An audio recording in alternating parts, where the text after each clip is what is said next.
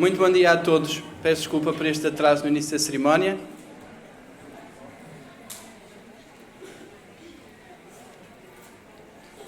Por favor. Em nome do Sr. Administrador da Universidade Lusófona de Humanidades e Tecnologias e do magnífico Reitor, declaro aberta a sessão. Vamos ter o primeiro momento musical da sessão, que será interpretada pelo coro do Estúdio de Aperfeiçoamento Coral. Chamo ao palco então. Muito obrigado.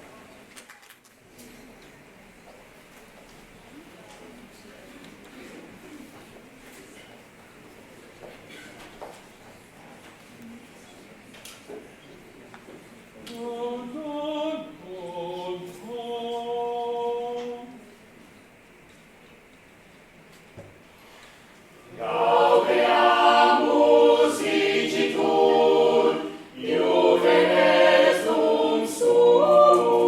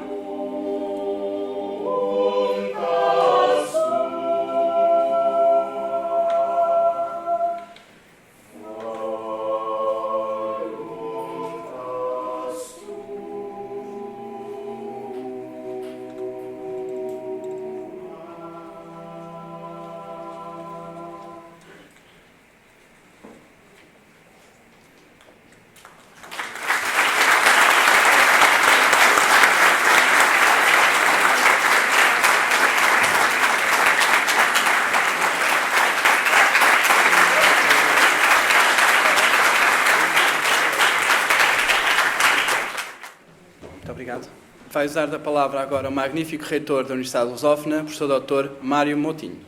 Bom dia a todos, membros da mesa.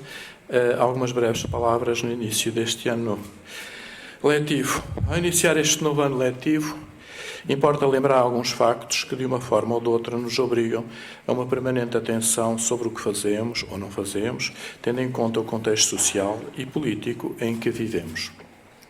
A nossa oferta educativa é hoje, mesmo em tempo de todas as crises, que os mais desavisados denominam erradamente políticas de austeridade para salvar o país, é agora maior, mais sólida, mais inovadora do que era quando estes processos se iniciaram. Para isso contribuíram certamente os alunos, os docentes, os funcionários, cada um a seu jeito, cada um no seu saber, cada um no seu contributo. Voltámos aos 10.000 alunos, com 45 licenciaturas, 45 mestrados, 9 doutoramentos, cobrindo as principais áreas do conhecimento. Metade do nosso corpo docente, ou seja, mais de 400 professores, são doutorados. Melhorámos as nossas infraestruturas e laboratórios, alguns dos quais são os melhores a nível nacional. A nossa biblioteca principal e as nossas bases de dados bibliográficas online estão sempre em atualização. Alargámos a nossa articulação internacional, as nossas parcerias, a nossa ação de extensão universitária, que mostra a todos a vitalidade dos nossos departamentos, dos cursos, das faculdades, em favor, naturalmente, dos alunos, mas significando também que somos uma universidade aberta e atenta ao mundo que nos rodeia. Mas vivemos tempos em que o retrocesso no ensino superior em Portugal se manifesta na desmontagem do modelo Mariano Gago, no qual se associa a investigação com o ensino, ainda em vigor, mas não sabe bem por quanto tempo mais isso vai durar. Em sua substituição, importa-se um modelo americano dos grandes grupos educacionais, frutos da transnacionalização da educação, que se dedicam apenas à área do ensino, com menos encargos, deixando para os outros a produção do conhecimento mais custosa. Mas para que tal seja feito, essa mesma comunicação social esconde que as instituições que seguem este modelo nos Estados Unidos e já noutros países estão na rua da amargura na sua própria origem. O ano 2015 foi, sem dúvida, o ano mais arrasador para mais de metade, mais arrasador para este modelo.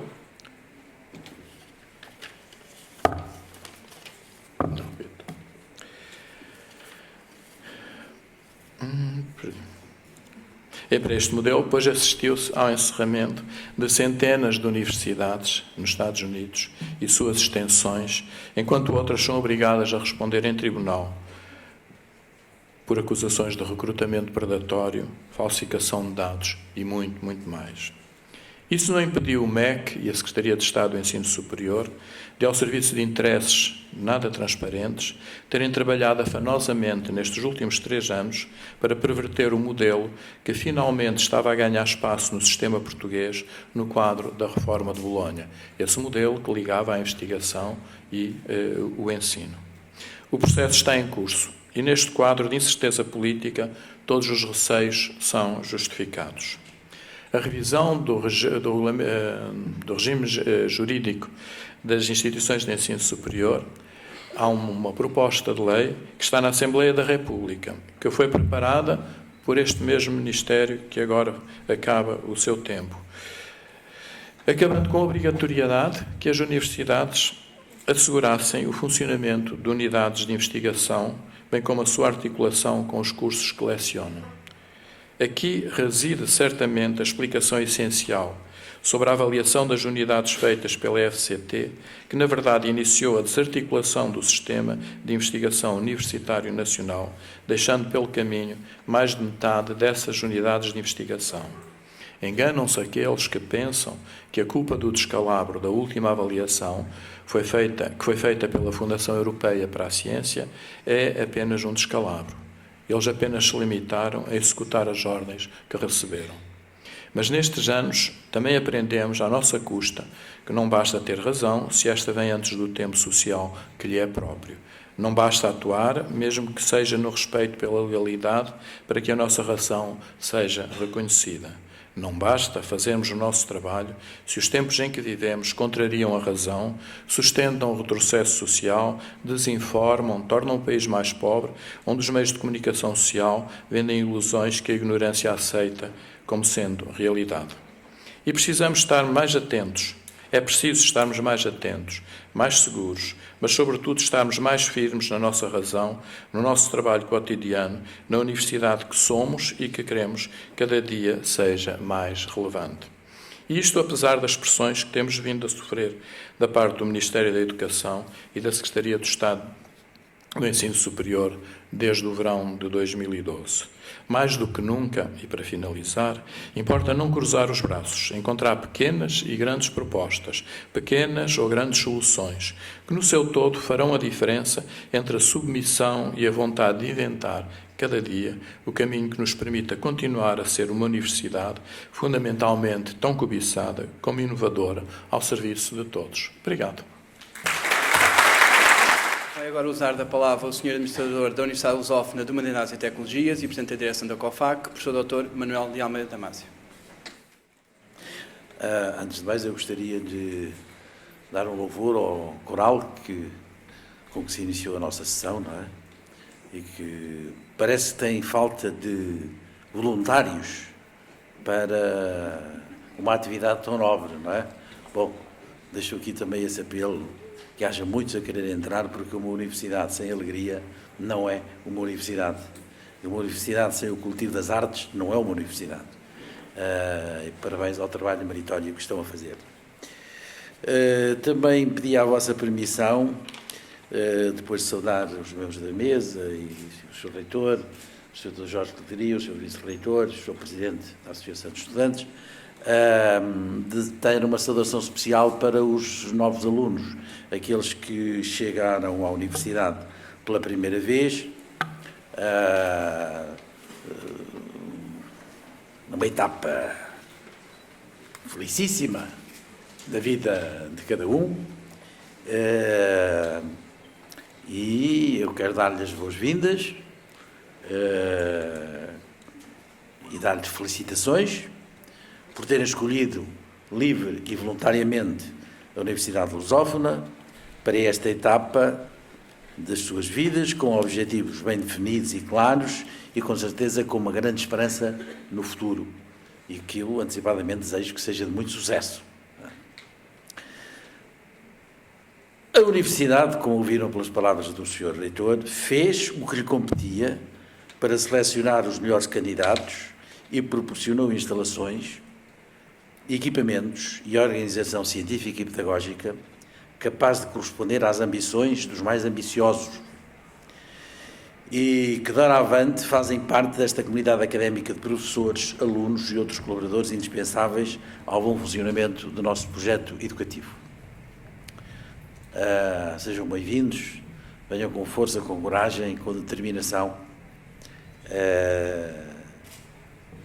com espírito de disciplina, de organização, trabalho sério e empenhado. Apesar de no horizonte pararem algumas nuvens negras e cinzentas, a que o Sr. Reitor fez referências claras, ameaçando tempestades, estes avisos que as nuvens negras e cinzentas nos dão, se devem ser para nós um incentivo para mais coesão, mais trabalho, maior vontade de vencer e, quem sabe, darmos o nosso contributo para uma nova esperança, quando a tempestade der lugar à bonança e retomarmos um caminho de trabalho como aquele que tivemos já no passado e que era caracterizado, ou pelo menos diziam que se caracterizava, por estarmos em contraciclo. Bem, se calhar agora também estamos outra vez em contraciclo, mas então vamos a um contraciclo deste contraciclo. O desafio é particularmente provocador para a equipa reitoral, para o Sr. Reitor, para o Sr. Vice-Reitor e para todos quantos desempenham funções de gestão científica, pedagógica, académica, financeira, administrativa na Universidade Lusófona. E não posso deixar de recordar, toda a gente sabe, não é? Portanto, é É recordar, mas às vezes coisas agradáveis é bom recordá-las e repeti-las.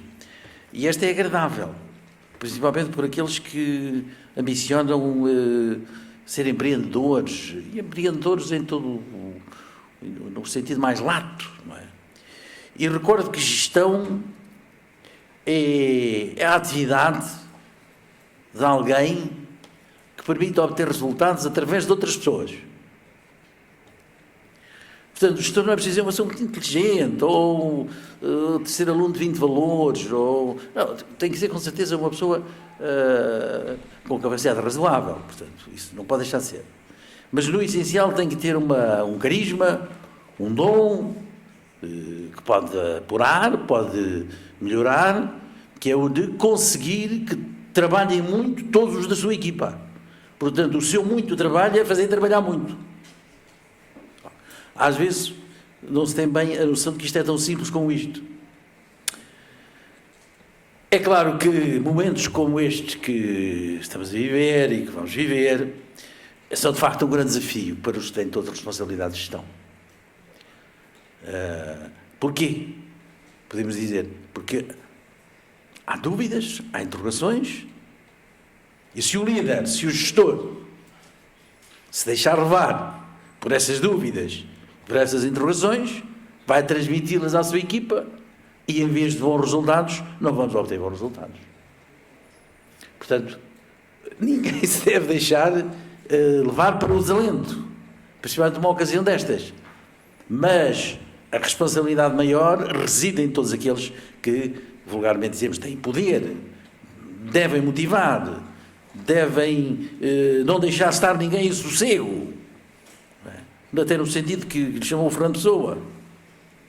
É esse o grande desafio para os responsáveis do nosso projeto educativo. Claro que isto implica também reorganização permanente, pesquisa constante do que é que se pode aperfeiçoar, e para o gestor, como eu referi, é alcançar resultados através de outras pessoas, mas como? Com recursos à larga? Bom, para isto tenho a impressão que não é preciso ser gestor. Então, recursos abundantes. Mas os recursos, por definição, são escassos. Não é assim que ensinam as pessoas de economia e de gestão. Por definição, são escassos, sempre escassos. Porque, felizmente, a vontade do ser humano é sempre superior a todos os recursos. E então nós, neste momento, temos que ser capazes de motivar, mobilizar, mesmo quando os recursos são mais escassos, o que quer dizer alcançar verdadeiramente, com o mínimo de recursos, o máximo de resultados. Esse é o desafio. Eu quase podia dizer, é o desafio para todos, de dia ou de noite. Mesmo quando estivermos a descansar, mesmo a dormir, se quisermos dizer, se o gestor não pode dormir. Ele tem que, enquanto dorme, ser capaz de conceber. E normalmente concebe. E vêm ideias boas para realizar. Porque o cérebro não para, não dorme, não é? Se dormisse, nós morríamos. Portanto, ele está a trabalhar. O que é preciso ser capaz de o pôr. Isso consegue-se por essa mobilização para alcançar, resolver um problema, como todos conhecemos. Claro, quando se fazem reorganizações, quando se faz essa mobilização, sempre aparecem ramos, podemos dizer assim, ramos secos ou estéreis, ou que não se conseguem mobilizar, tal como numa árvore ou numa floresta. Agora, há um aspecto extremamente importante e que deve-se ter considerado no início do ano letivo. Os ramos secos ou estéreis produzem bactérias, produzem fungos, produzem uma série de problemas complicados, que também se espraiam à volta e que vão impedir exatamente a mobilização. E só há uma maneira de impedir que eles prejudiquem toda a floresta e transmitam as doenças e as bactérias a todo lado. Essa maneira é não deixarmos ou não podermos coexistir com facilitismos que degradam, isto é, multiplicam o aspecto já negativo de qualquer um desses ramos secos e de oportunismos que desacreditam. É uma tentação. De ocasiões, tentar o facilitismo e tentar o oportunismo. Bom, tem os efeitos contrários, eventualmente, daqueles que tentarem seguir por esse caminho. O resultado obtém sempre pela exigência, pelo esforço, por não pactuar com aquilo que aparentemente parece uma facilidade, mas na realidade vai ser uma complicação em geral. Um outro aspecto importante e a ter em conta neste início do ano letivo é que a universidade, as outras universidades todas, mas os outros, pronto, costuma-se dizer, com o mal dos outros pode a gente bem, não é? Pensemos na nossa. O que nós precisamos é que a nossa universidade não pode viver aqui entre muros. Não podemos viver fechados, isolados. E, pela minha parte, o que eu tenho é que louvar, porque são muitos. Eu não sei se haverá, até comparação, eu não conheço, com alguma outra universidade portuguesa. Aqueles que quase todos os dias, eu creio que toda a equipa dirigente, a começar a mim, não temos mãos a medir para dar resposta às sugestões que nos aparecem, as mais interessantes, sob o ponto de vista de lançar pontes, estabelecer protocolos, laços duradouros com todas as organizações, desde as desportivas, as científicas, as pedagógicas, as lúdicas, as económicas, as financeiras também, de toda a comunidade aqui de Lisboa e do Val do Tejo. Também de todo o país, ou até podemos dizer europeias, ou até mesmo podemos dizer quase que a nível global. Este caminho que tantos vão escolhendo é uma boa opção e deve ser percorrido com determinação quando nos lançamos a ele. E tal como escreveu o António Machado, o andaluz, o que ele nos diz é que o caminho se faz caminhando. Isto repete-se muitas vezes. Portanto, quer dizer, à partida nós não temos que estar à espera de ter tudo reunido para dar certo. Não, há que ser audacioso, porque quando lançamos a ação, ao longo da própria ação, nós vamos descobrindo novas coisas que nos fazem melhor alcançar o objetivo que inicialmente tinha sido fixado e o caminho que tinha escolhido. E que é um verdadeiro alerta para todos aqueles que erradamente pugnam por orientações emanadas de um mítico paraíso perdido em que a liberdade se confundia poderia confundir com determinismo. Liberdade, como aqui há uns dias ainda foi recordado nesta universidade pelo Sr. Presidente do Tribunal de Contas, o Sr. Professor Oliveira Martins. Liberdade é uma palavra que vem do vocábulo latino libertas, e este termo em latim, libertas, significa balança. Portanto, balança em latim disse libertas. Dá para pensar, não é? Claro que, certamente, a evolução semântica conduziu à liberdade no sentido que nós hoje lhe damos, significa nós desenvolvemos mais. Portanto, liberdade não é separável de igualdade, não é separável de solidariedade, não é separável de equilíbrio, não é separável. São os dois pratos da balança. A balança tinha dois pratos.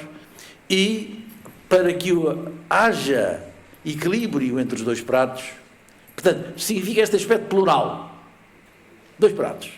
E depois significa que entre os dois pratos há sempre até desequilíbrios. Só quando a balança está afinada, tem que ser permanente afinada. E até havia uns senhores, que agora já não são precisos, com estas coisas eletrónicas, são outros, não é? Mas que havia os aferidores públicos, porque faziam batofas com as balanças. Pronto.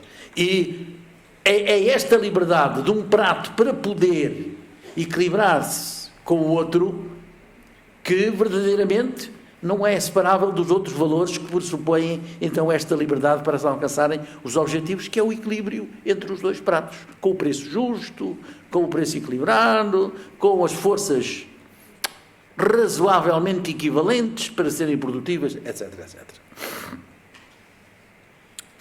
Caras alunas e caros alunos, esta nova etapa da vossa vida, em liberdade, em criatividade, em equidade, em solidariedade, bom, e tudo mais que conhecem, vai ser muito enriquecedora. Especialmente em amizades que perdurarão pela vida fora, eventualmente renovadas e sem fim. Não percam a oportunidade de participar em toda a vida académica. Há alguns alunos que muitas vezes pensam que não têm hipótese de ser bons alunos se participarem em determinadas atividades da universidade. Olha, como, por exemplo, eu referi o grupo coral, a associação de estudantes, o grupo desportivo, grupos de debate, de ideias, conferências, seja qualquer tipo daquilo que é da vida da universidade. Claro que erram, porque se repararem nos grandes triunfadores sociais, todos eles começaram por ser triunfadores enquanto frequentaram as universidades. Isto é, começaram a treinar-se na liderança, a ter iniciativas, a ter objetivos, e isso deu-lhes um treino que depois no resto da vida lhes chegou ou lhes permitiu alcançar os lugares cimeiros. Isto quer dizer que esta etapa deve ser bem aproveitada e vivida com muita alegria, porque a sabedoria proporciona uma vida saudável. Não é? Desporto também. E também umas diversões. O que é preciso é ser tudo equilibrado. Mas dizia eu que deve ser vivida com alegria porque a sabedoria proporciona uma vida saudável, aprimora a consciência e a beleza das pessoas e das coisas. Até aqueles defeitos podem ser corrigidos com esforço, que às vezes defeitos por qualquer razão aconteceram, até pode ter sido um acidente. E dá ânimo e coragem para derrotar o medo. Os adamastores que o meu Tiago escrito, não é? Que vão sempre aparecer, muitos, a toda a hora. Deve ser a maior bicharada que existe por aí. São os medos. E que aparecem em todas as curvas. Normalmente os medos vêm disfarçados. Não é? E surgem à frente sem que nós... É pegar um susto, não é? Nós apanhamos um susto em qualquer momento de merecer esses medos. Claro, como é que surgem? Surgem, se calhar muitos de nós que os criamos, e surgem com a intenção de paralisar, de impedir determinadas ações, de vos prepararmos para uma vida bem vivida. À luz dos valores, que não valou nada, porque eles são simples, quem não tiver a declaração que a valer, à luz dos valores consubstanciados na Declaração Universal dos Direitos Humanos, uma espécie de Bíblia do nosso tempo, não é? Em que, se há alguns que não estão de acordo, nem têm coragem de dizer, não é? Encolhem-se, não sei se mesmo o Estado Islâmico, onde diz que é contra os direitos humanos. Provavelmente é contra os direitos humanos, mas não diz, não é? Porque não tem coragem, porque o que está ali exprime o essencial da ansiedade humana. E que, no nosso projeto educativo, o informa nos seus valores fundamentais.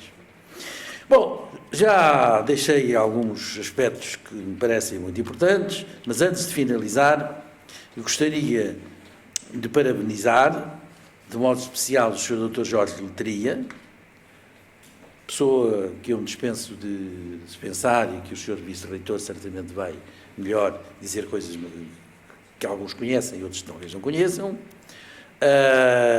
e que hoje nos vai enriquecer com o seu saber vasto e a sua experiência por toda a Academia reconhecida. Muito obrigado, Sr. Dr. Jorge Letria, por vir estar connosco.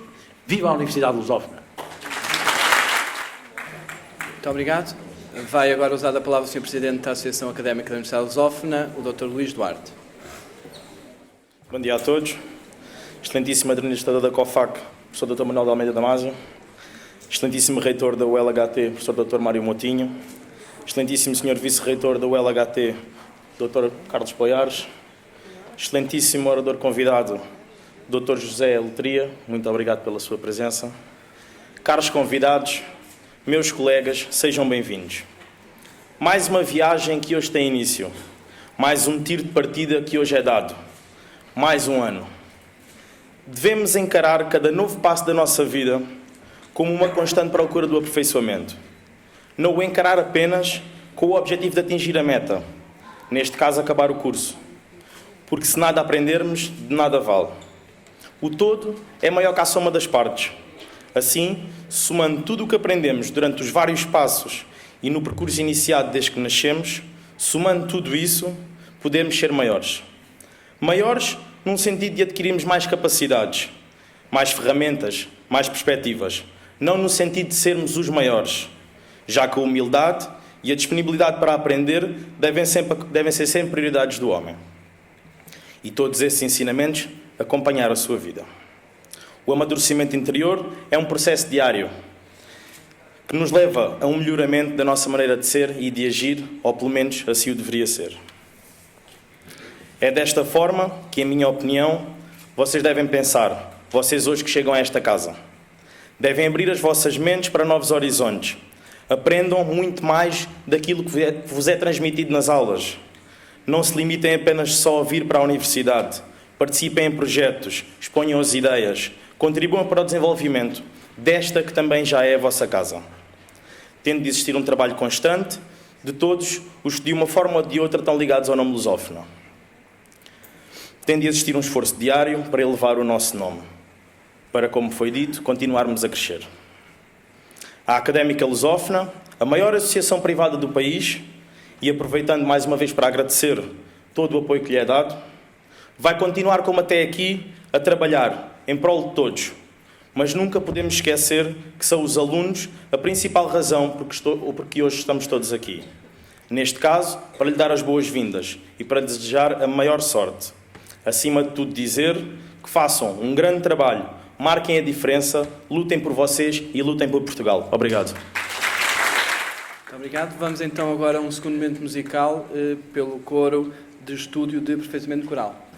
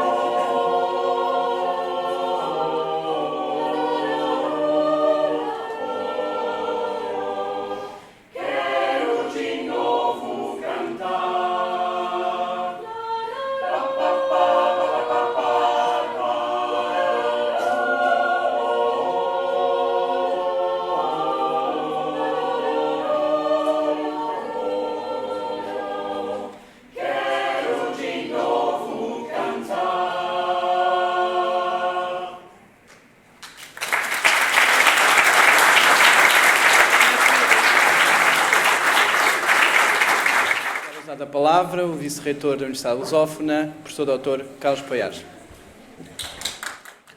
Caras e caros amigos, caros estudantes, as minhas primeiras palavras, naturalmente, para cumprimentar o professor Manuel Damasio, administrador da COFAC, o nosso magnífico reitor, o professor Mário Moutinho, o estudante, já não tão estudante, presidente de sessão académica, Dr. Luís Duarte, de uma maneira muito particular, o meu querido amigo Dr. José Jorge Letria, a quem agradeço, mais uma vez, a tua presença nesta sessão, com que vens honrar as colunas da nossa universidade.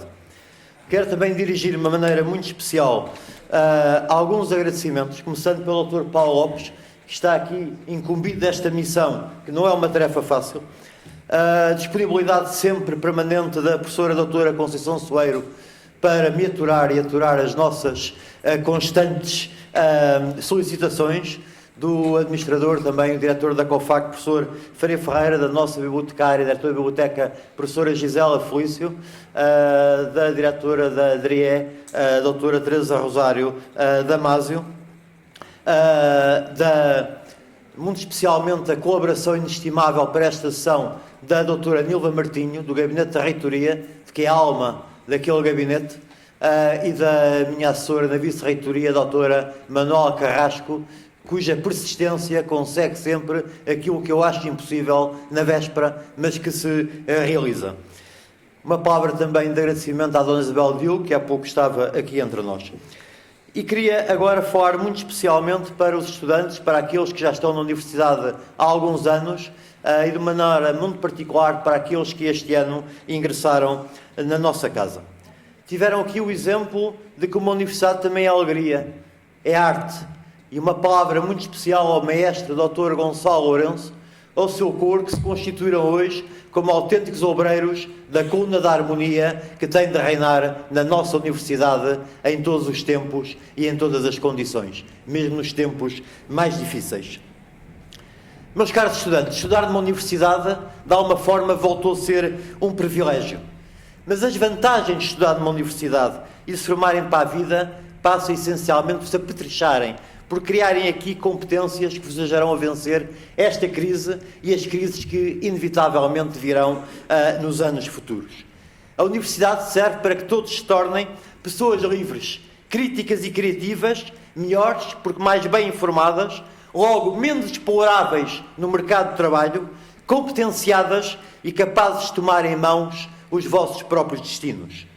Caros estudantes, sejam agora e sempre livres, críticos, ativos, reivindicativos quanto baste e, ao mesmo tempo, mantenham a serenidade navegando nos mares, por vezes tormentosos, que assolam as sociedades contemporâneas. Estudem, mas um conselho de quem passou por isto há 40 e tal anos. Gozem bem a vossa vida também enquanto são estudantes. Estudar é importante, formarem-se é importante, formarem-se para a vida, mas não se esquecerem que, antes do mais, são homens e mulheres livres, cidadãos que devem adquirir a consciência de uma cidadania ativa e não de uma mera cidadania deficitária. E esse é o empenho que esta universidade tem e é o compromisso que esta universidade elabora convosco desde o momento em que vocês entram nas nossas portas. Não se tornem nunca conformistas nem resignados. Quando um homem se resigna e se conforma, é porque já morreu e só faltou passar-lhe a certidão de óbito. Sejam, portanto, sempre ativos e, mais uma vez, apelo, reivindiquem pelos vossos direitos em todos os momentos e em todas as coordenadas geográficas. E lembrem-se que não basta estudar, é preciso adquirir cultura, é preciso rasgar os horizontes da cultura, porque lembrem sempre do que dizia Abel Salazar sobre os médicos que se aplica a qualquer profissão. O médico só sabe medicina, nem de medicina sabe. E é importante vocês serem capazes de construir o vosso futuro e de construírem as vossas trajetórias de vida no sentido que há pouco o professor Damasio falava, da liberdade, no sentido da igualdade e da solidariedade, sem a qual não há liberdade nem há igualdade que possam subsistir em qualquer parte do planeta. A nós, enquanto universidade, enquanto professores, enquanto pedagogos e enquanto cientistas, a todos nós interessa que vocês sejam também capazes de se emanciparem e de terem a vossa autonomia. E, para tanto, a Universidade de Lusófona, ao longo dos anos, tem construído dispositivos para vos acolherem, para vos ajudarem. Refiro-me ao Gabinete de Admissão e Apoio ao Estudante, que todos conhecem, personificado na doutora Madalena Brás, que é, de alguma forma, a cara da nossa universidade e para a qual eu peço uma salva de palmas.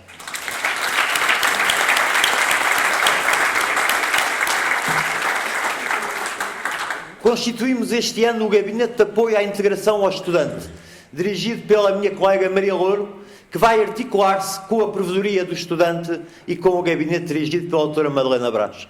E lembrem-se, nesta casa há dispositivos com o Provedor de Estudante, cuja função é essencialmente profilática, mas que tem exercido magnificamente as funções que lhe estão cometidas. Um dia que vocês estejam mais avançados nos vossos cursos, deixem-se tentar pelo vírus da investigação. Uma universidade, e há pouco o nosso reitor falava disso, uma universidade é também a pesquisa científica da qual todos nós devemos ser contribuintes. Não é para começar no primeiro ano, mas é para começarem a pensar logo no primeiro ano, para desenvolverem quando as bases do vosso curso forem mais sólidas. É preciso manter aqui rotas de proximidade com aqueles que vos precederam nesta cadeia de união, que são as gerações sucessivas de estudantes. Por isso, periodicamente, e hoje será um dia desses, reúno com os núcleos de estudantes e estamos a organizar uma rede de antigos alunos da Lusófona que possa, e que hoje estão aqui representados alguns, que possam estabelecer um grande mapeamento de onde estão, o que fazem e quem são os antigos estudantes da Lusófona perdidos pelas 7 partidas do mundo. Esta universidade é a mais antiga em Portugal que defende intransigentemente os direitos dos trabalhadores estudantes. Nós entendemos que a universidade não se destina apenas a quem tem dinheiro familiar para estudar de dia, mas também àqueles que, por falta de meios, vêm estudar à noite, por vezes aos 30, 40 anos, em alguns casos encontrando-se aqui pais com filhos, frequentando cursos diferentes da nossa casa. E nós, por essa razão, criámos dispositivos para isso, e esta universidade é talvez a única do país que no próximo ano vai estar aberta 366 dias. Costuma ser 365, mas o ano que vem é bissexto. O que significa bem o apoio que nós queremos dar e incentivar o estudo e a vossa colaboração. Meus caros amigos, o melhor que nós temos na Universidade de Lusófona sois vós, os nossos estudantes. E é esta ligação, é aquilo que às vezes chama um certo aconchego que vocês encontram junto dos professores, dos funcionários, dos técnicos desta casa, que tem marcado a diferença. E é por isso que quando alguns julgam que conseguem triturar-nos na imprensa obscena e pornográfica que campeia neste país, nós conseguimos resistir e manter bem alto o grito de sermos lusófona. E a vós compete criar aqui uma verdadeira comunidade académica lusófona que se estabeleça entre professores, funcionários e estudantes. Permitam agora que deixe aqui uma apresentação muito breve do Dr. José Jorge Letria. Eu há pouco recordava o dia em que o conheci, não sei quando foi nem ele, e ele não me ligou nenhuma, que eu era um puto na altura, ele tem mais 6 meses que eu, na Faculdade de Direito, quando eu estudei Direito, e o Dr. José Jorge Letria, que não era doutor, tinha o cabelo até aqui, vejam lá o estrago que a vida faz, não tinha barbas, e era muito magrinho, fazia impressão. Se eu já tivesse estudado Psicologia, dizia, temos aqui um anorético. Já vimos que não é. O Dr. José Jorge Letria é o escritor português mais premiado. Nós sabemos ser um escritor premiado num país como Portugal, onde já o ESA denunciava a inveja que a mediocridade e a choldra nacional colocam sempre nestas questões, talvez não seja muito, mas é o homem mais reconhecido pela literatura em Portugal. É o escritor que os pais leem aos filhos na hora de deitar e que leem antes de se deitar. Eu dou-vos aqui uma sugestão magnífica de um livro que vocês, se lerem, vão ficar apaixonados. A Noite é um Olho. Leiam e percebam porque é que à noite às vezes é um olho, mas também pode ser mais do que um simples olho, como o Zé Jorge Letria nos escreve. Ele foi um cantor da resistência, daqueles que se ouviam em discos proibidos antes da Revolução de 25 de Abril. Foi um homem que fez da cantiga uma arma, como ele próprio afirmou tantas e tantas vezes, e hoje é um ensaísta, está à beira de acabar um doutoramento, de defender, e acabou de me convidar para estar presente no doutoramento. Disse-lhe que sim, porque a seguir vai haver um brunch muito interessante. É um poeta, É um romancista, um contista e um dramaturgo. E atualmente tem uma cruzada institucionalmente erguida, que é a da defesa dos direitos de autor. Preside a Sociedade Portuguesa de Autores, onde tem feito um magnífico trabalho, e há pouco, no caminho para este auditório, por isso nos demoramos, estávamos a articular aquilo que vai ser um protocolo entre a Universidade Lusófona e a Sociedade Portuguesa de Autores. Estas razões todas justificam que nós hoje façamos com o Dr. José Jorge de Letria uma viagem que vai passar por Gata e vai ter algumas paisagens muitíssimo interessantes. A todos vós, queridas e queridos estudantes, formulo um voto. Que nesta vossa casa encontrem as rotas de felicidade, numa trajetória de desenvolvimento pessoal, académico e conquistando o espaço de uma sociedade que será tão mais inclusiva quanto vocês forem capazes de a transformar. Muito obrigado. Muito obrigado. Vai então agora usar a palavra o Sr. Dr. José Jorge Letria, que vai proferir a oração de sapiência com o título Árvore de Goethe em Buchenwald. Muito obrigado. Bom dia ou boa tarde a todos, porque já estamos na 1 hora. Não quero alongar-me muito para não abusar da vossa paciência, do vosso tempo. Senhor Reitor, Senhor Administrador, caríssimo Vice-Reitor Carlos Poiares, Senhor Presidente da Associação Académica, meus senhores e meus senhores, alunos, docentes, comunidade académica magnífica que aqui está e à qual eu desejo um ano letivo produtivo, com esperança, com sonho, com combatividade e também com coesão, que é uma coisa fundamental para que o conhecimento e as instituições progridam e se consolidem. Vivemos numa época de hiperinformação. A hiperinformação raramente se transforma em conhecimento e o conhecimento raramente se transforma em sabedoria. Compete à universidade, em grande parte, fazer com que o conhecimento tornado sabedoria ajude a comunidade em geral a evoluir, a transformar-se e a ter um ganho de cidadania na forma como intervém e como opina sobre aquilo que a cerca. É para mim uma grande honra e uma responsabilidade que eu sublinho desde já com emoção o convite para proferir esta intervenção hoje aqui. E podem perguntar-me porquê este tema. Porque Buchenwald, Goethe, numa conversa com docentes e discentes neste final de manhã em Lisboa, num dia chuvoso. Em primeiro lugar, porque a Segunda Guerra Mundial, que custou a vida a mais de 62 milhões de pessoas, dos quais 6 milhões de judeus mortos em campos de concentração, nos obriga a pensar na Europa e no mundo com um olhar crítico, interrogativo e nunca acomodado. Esta Europa que há 70 anos se libertou do terror, da opressão e da destruição, é uma Europa que hoje se interroga sobre o que irá ser o seu presente e o seu futuro, sobretudo se olharmos à volta e verificarmos que o enorme movimento de refugiados migrantes provenientes do Médio Oriente está a criar situações de instabilidade que a União Europeia não está a ser capaz de resolver e que Estados com fragilidades ideológicas e políticas também não conseguem integrar no seu cotidiano. Basta falar do que se passa, por exemplo, na Hungria, que tem hoje uma liderança política de extrema-direita, que nos faz pensar naquilo que foi a tragédia europeia, iniciada em 1933 com a chegada de Hitler e dos nazis ao poder, e que em 1938 criou uma situação agudizada e terrível para a Europa, com a anexação da Áustria e com a abertura de portas para o que viria a ser a Segunda Guerra Mundial.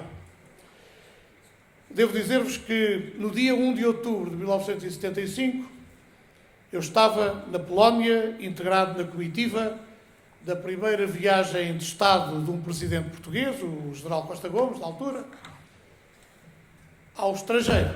E essa viagem envolveu a Polónia e a União Soviética. É uma data fundamental porque, precisamente nessa data, o Palácio Foz, aqui em Lisboa, foi ocupado por Hotel Saraiva de Carvalho e por mais algumas pessoas ativas no combate político, Isabel do Carmo e outros, e estivemos à beira de ter o início do que poderia ter sido uma trágica guerra civil. Aquilo que se disse da Polónia nesse dia e nessa noite ajudou o bom senso a prevalecer e a que a equipa que fez essa viagem regressasse a Portugal com vontade de dialogar e encontrar soluções e não propriamente radicalizar as forças que estavam no terreno.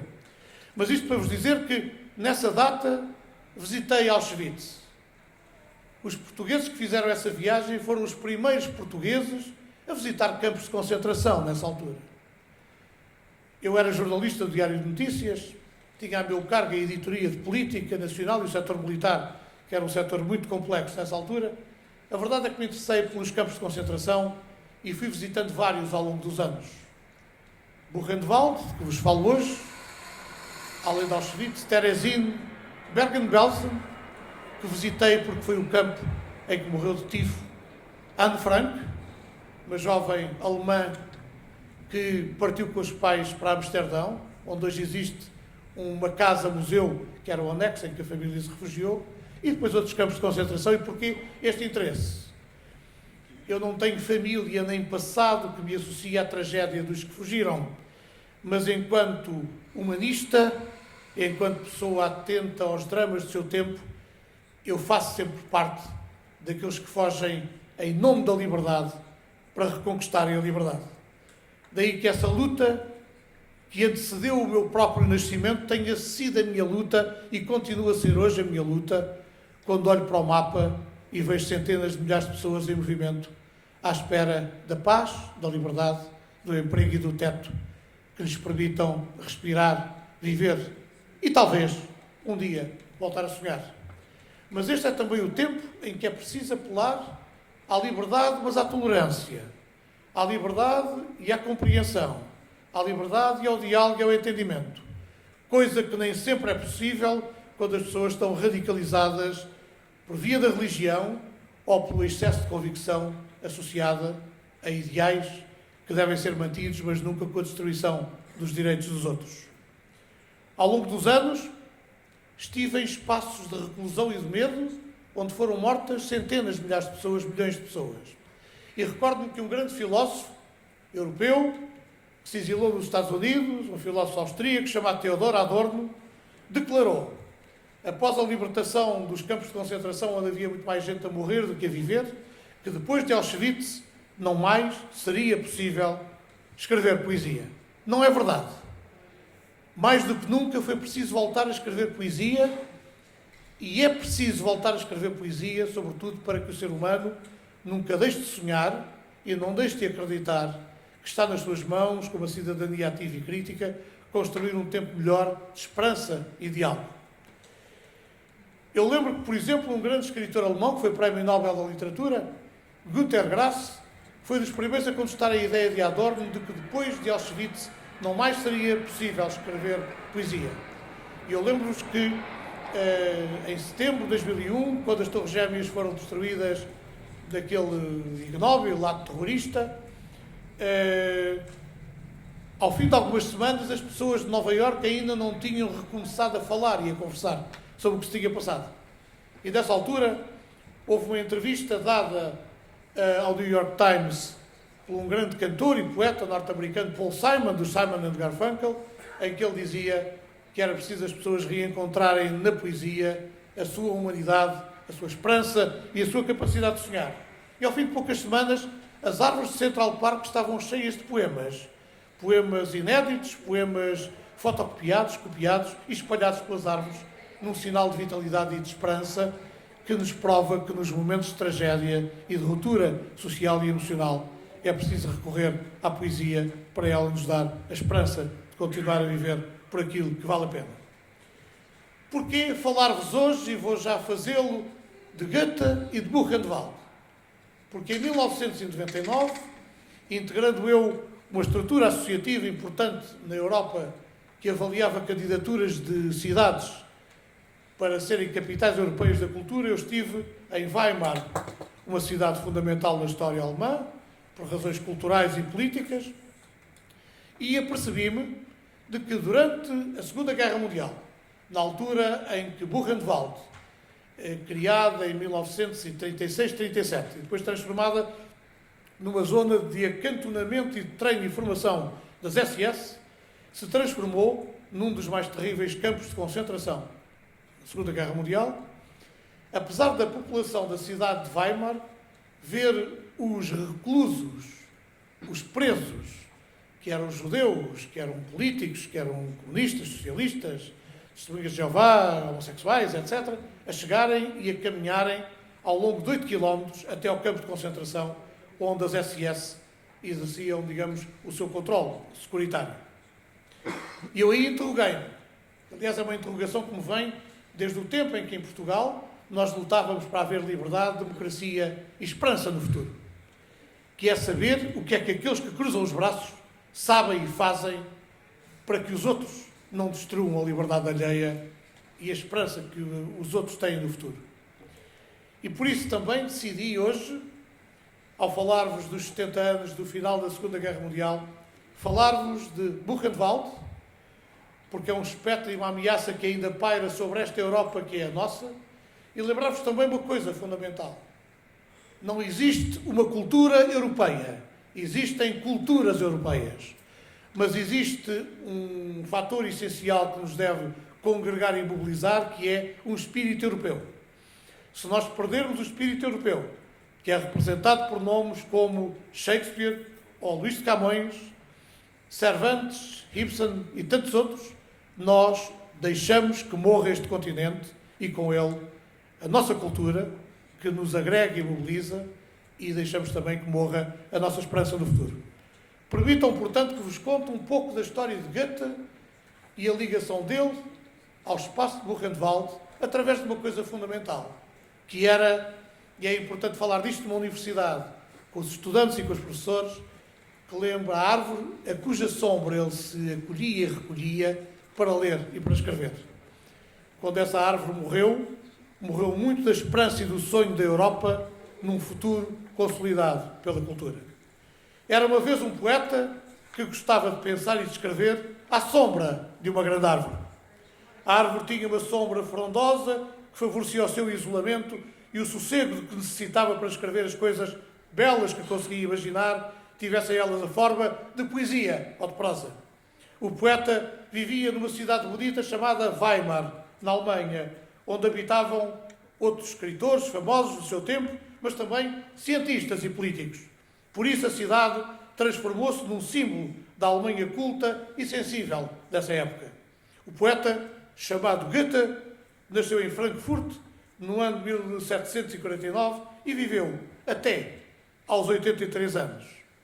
Longevidade apreciável naquela época em que as pessoas viviam 60 anos ou pouco mais. Viajou por países como a Itália, dedicando a este país concretamente páginas muito belas, nas quais revelava uma imensa compreensão da arte e do modo de ser das pessoas desse país. Goethe era um artista muito especial, porque os seus interesses iam com uma criatividade genial muito para além da literatura. Ele interessava-se pela botânica, pela física e até, imaginem, pelo mistério das cores, fossem elas as das telas dos pintores ou da magia do arco-íris, tendo chegado mesmo a contrariar, imaginem, algumas das teorias de Newton. Embora tivesse grandes ambições sociais e políticas, nunca deixou de estar ao lado dos que menos tinham e dos que mais sofriam. E foi com esse espírito que fundou um movimento romântico, que valorizava o indivíduo, as histórias populares e os ideais de um mundo melhor, mais justo e também mais poético. Um dia, o Duque de Weimar, seu leitor, admirador e amigo, convidou-o a instalar-se naquela cidade, onde foi seu conselheiro e presidente de Câmara e onde recebeu mesmo um título de nobreza que lhe deu grande satisfação. Sim, porque Goethe, como a maioria dos seres humanos, era vaidoso. Se em toda a Alemanha era lido e respeitado, na pequena e bela cidade de Weimar era tratado como um verdadeiro ídolo, recebendo de todos, à passagem, vénias de respeito e admiração. Ali se tornou também amigo do grande poeta Schiller, que ao morrer em 1805 lhe causou uma das dores mais profundas e insustentáveis da sua vida. Além de poetas, eram ambos dramaturgos e, sendo grandes admiradores de William Shakespeare, procuraram novos rumos para o teatro europeu. A amizade de ambos é hoje celebrada em Weimar como a bela estátua dos dois escritores, unidos na literatura como na vida. Na Alemanha, todos admiravam o seu gênio e a sua grandeza moral. Por esse motivo, todos os lugares por onde passou e as casas onde viveu tornaram-se sítios de culto para os leitores da sua obra e para os estudiosos da sua vida. Um destes locais ficava a cerca de 8 km da cidade de Weimar, nos campos de Buchenwald.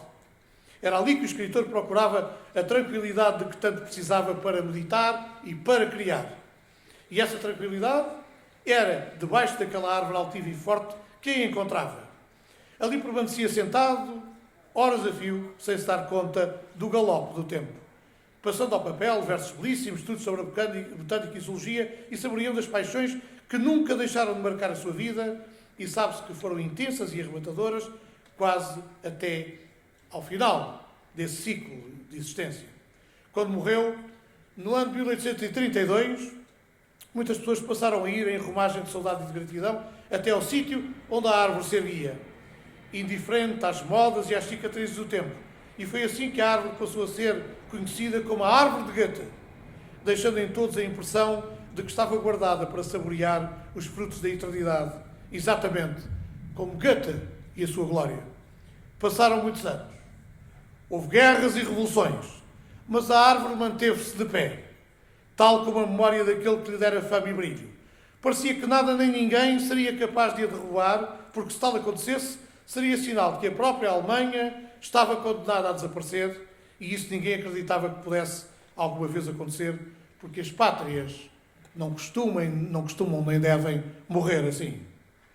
Corria o ano de 1933, quando um homem cheio de ódio chegou ao poder através de eleições, mas sem qualquer respeito pelas regras da democracia.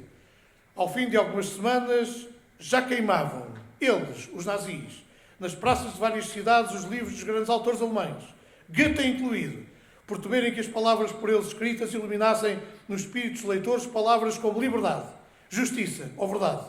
Se Goethe estivesse ainda vivo, por certo teria erguido contra eles a sua voz firme, sonante e respeitada.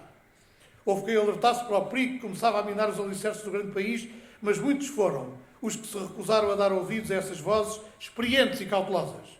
Um homem de olhar incendiado pelo ódio, com um estúpido bigodinho pousado como uma mosca, mesmo debaixo do nariz, gritava das tribunas as frases que faziam de milhares de homens e mulheres verdadeiras esferas ávidas de sangue e de vingança.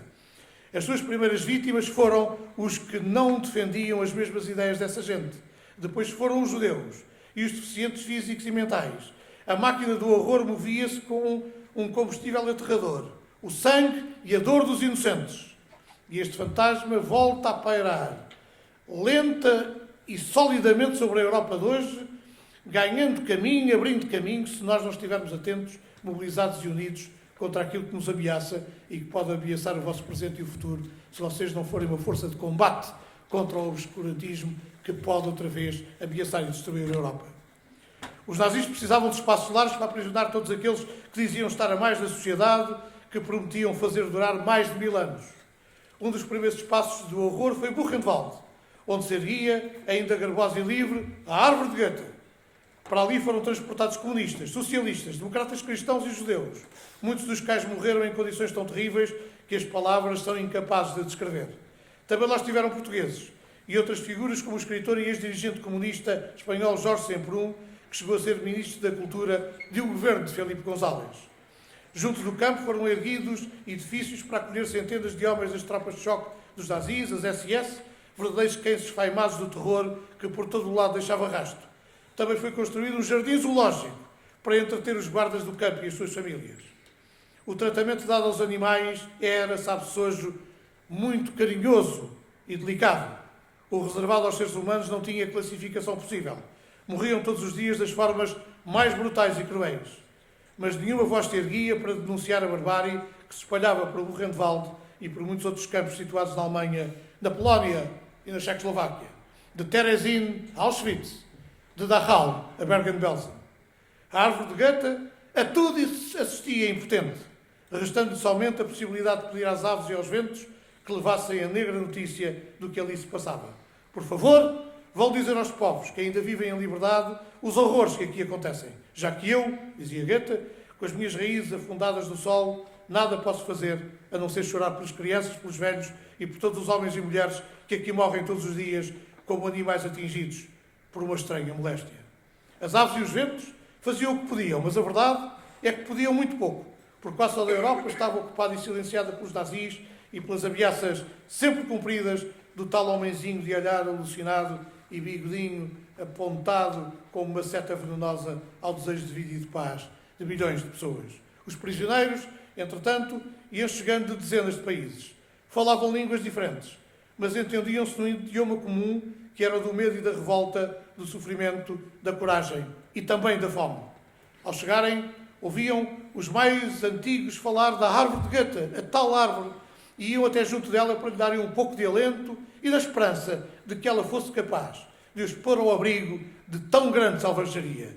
Havia presos que diziam: enquanto ela se mantiver de pé, entre o fumo dos crematórios e os gritos dos torturados, há de haver uma réstia de esperança. Houve mesmo quem, apurando o ouvido, conseguisse escutar, vindas do meio da folhagem densa, palavras como estas: se eu pudesse fazer alguma coisa para vocês, acreditem que faria. Mas eu sou tão prisioneiro e acredito que terei um fim tão triste como o vosso.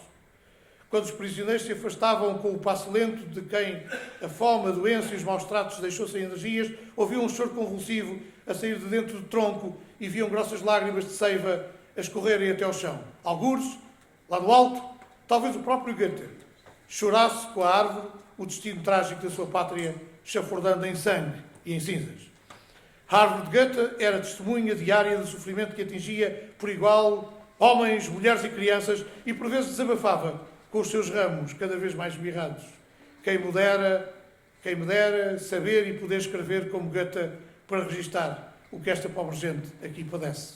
Os prisioneiros alemães tinham um carinho especial por essa árvore cuja lenda conheciam bem e sobre a qual diziam, fazendo fé noutras lendas que entretanto nasceram dentro do campo na terrível miséria dos abarracamentos.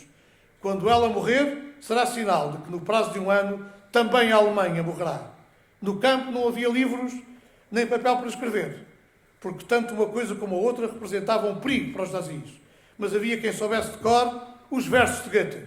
E às vezes, pequenos grupos juntavam-se perto da árvore, iludindo a vigilância dos guardas para recitarem essas palavras que eram luminosas e limpas como sonhos de criança.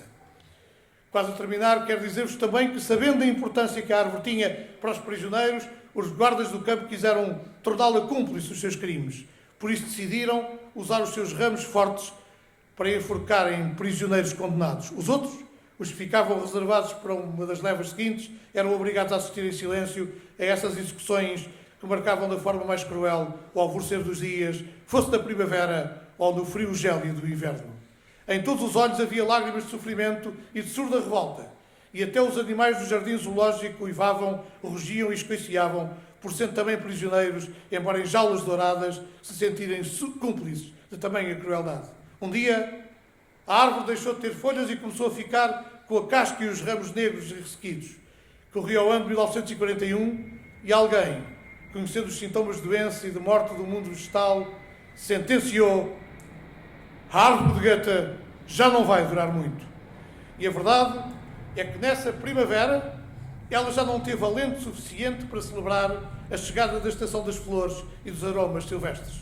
Morreu de pé, como costumam morrer as árvores que não precisam de leito para agonizarem ou de cova para lhes receber os restos. Muitos olhos ficaram vermelhos de choro depois de confirmarem o seu hábito. Se calhar, os presságios estavam certos. Com ela, era a própria Alemanha que caminhava para a morte, para depois, já liberta dos carrascos, renascer das cinzas e voltar a ser grande e livre, como já fora, antes mesmo de ser unificada em 1871. A notícia da morte da árvore chegou a Weimar, onde as pessoas sabiam da existência do campo de concentração, pois a estação de caminho de ferro, onde os prisioneiros desembarcavam, ficava no centro da cidade. Os prisioneiros de Buchenwald encontraram na morte da árvore de Goethe forças renovadas para resistirem ao horror a que estavam sujeitos. Talvez por isso, aquele foi o único campo de concentração onde houve um levantamento armado de prisioneiros contra os carrascos nazis. Mesmo morta, a árvore de Goethe ficou de pé, no mesmo local de sempre, confrontando os carrascos com a miséria moral a que tinham condenado a pátria de Goethe, de Schiller e de tantos outros que tinham morrido de vergonha se porventura, que teriam morrido de vergonha se porventura voltassem à vida. Hoje no campo existe uma placa metálica com a indicação das nacionalidades de todos os prisioneiros de Buchenwald. Também lá estiveram portugueses. É bom nunca o esquecer. Essa placa homenageia as vítimas do campo da forma mais simples e simbólica. Quando se pôs a mão sobre ela, sente-se apenas que está morna. E está de facto, porque a sua temperatura oscila entre os 36,5 e os 37 graus, que é, por sinal, a temperatura média de um corpo humano, independentemente da raça ou da nacionalidade. Quanto à árvore de Goethe, ainda ninguém lhe devolveu a vida, que a vergonha e o sofrimento um dia lhe roubaram. E quando jovens de cabeças rapadas, vindos de Leipzig, de Dresden e de outras cidades que pertenceram à extinta RDA, insultam os visitantes de várias nacionalidades em alemão, imitando a voz áspera e violenta do tal homem do bigodinho, há sempre quem ouça a árvore murmurar estas palavras. Lembrem-se de que foi assim que tudo começou em 1933, com ódio, com sede de vingança e cegueira da razão. Depois seguiu-se a morte da Alemanha no meio dos escombros, miséria e vergonha. Quem nos dera ter Goethe connosco, debaixo dos ramos outrora frondosos, para vos dizermos que é tempo de irmos para casa, de lermos livros de história, para que as aves da paz não sobrevoem de novo Buchenwald, aquele país, talvez o nosso, as nossas casas, sobretudo com as penas manchadas de sangue. Porquê contar-vos esta história aqui tão longe de Buchenwald? Porque esta é a nossa Europa, vai continuar a ser a nossa Europa, e nós, estudantes, professores, cidadãos, gente deste tempo, com os olhos abertos e os espíritos atentos, temos de estar preparados enquanto cidadãos para evitar que o perigo que paira sobre a Europa possa destruir este continente onde nasceu a liberdade, o sonho e o combate, onde foram construídos projetos revolucionários desde a Revolução Francesa à Revolução Russa, 1917, e, portanto, compete a cada um de nós e a todos nós ajudar a construir este movimento de sonho, de crítica, de cidadania ativa e interventiva, que nos permita garantir que os anos que vão seguir não serão anos de tormento, de sofrimento e de medo, mas serão anos de esperança e de sonho. Aos estudantes desta universidade e a todos os que, noutros pontos do país e do mundo, estão eventualmente a começar anos letivos, eu deixo este apelo e esta palavra de mobilização e de sonho. Combatam, aprendam, partilhem o saber e nunca desistam de ser aquilo que eu há muitos anos, um pouco mais longe daqui, na Faculdade de Direito, ali na cidade universitária, também fui, com outra gente da minha geração, do meu tempo, acreditando que a universidade, mesmo num tempo em que para nós não havia liberdade, podia ser a porta aberta para o sonho e para o combate que nos havia de trazer a liberdade e a democracia. Nunca desistam desse combate, porque é o combate todos os dias, pode ser o combate das vossas vidas, e é seguramente o combate de que vocês não vão desistir, partilhando com os outros o que há de essencial nessa convicção, nessa crença e nessa luta. Obrigado pela atenção que me deram, pela forma como ouviram esta narrativa sobre Buchenwald, Weimar e a árvore de Goethe, e espero que um dia, se porventura pairarem algumas sombras do vosso espírito, lembrem-se de Goethe, da força da cultura, da forma como ela é sinónimo de liberdade, de sonho e de unidade, de fraternidade, e acreditem que connosco, ativos e atentos, é sempre possível construir um país, um tempo e uma pátria melhores. Obrigado a todos e um grande abraço para o vosso tempo e para a vossa vida. Obrigado.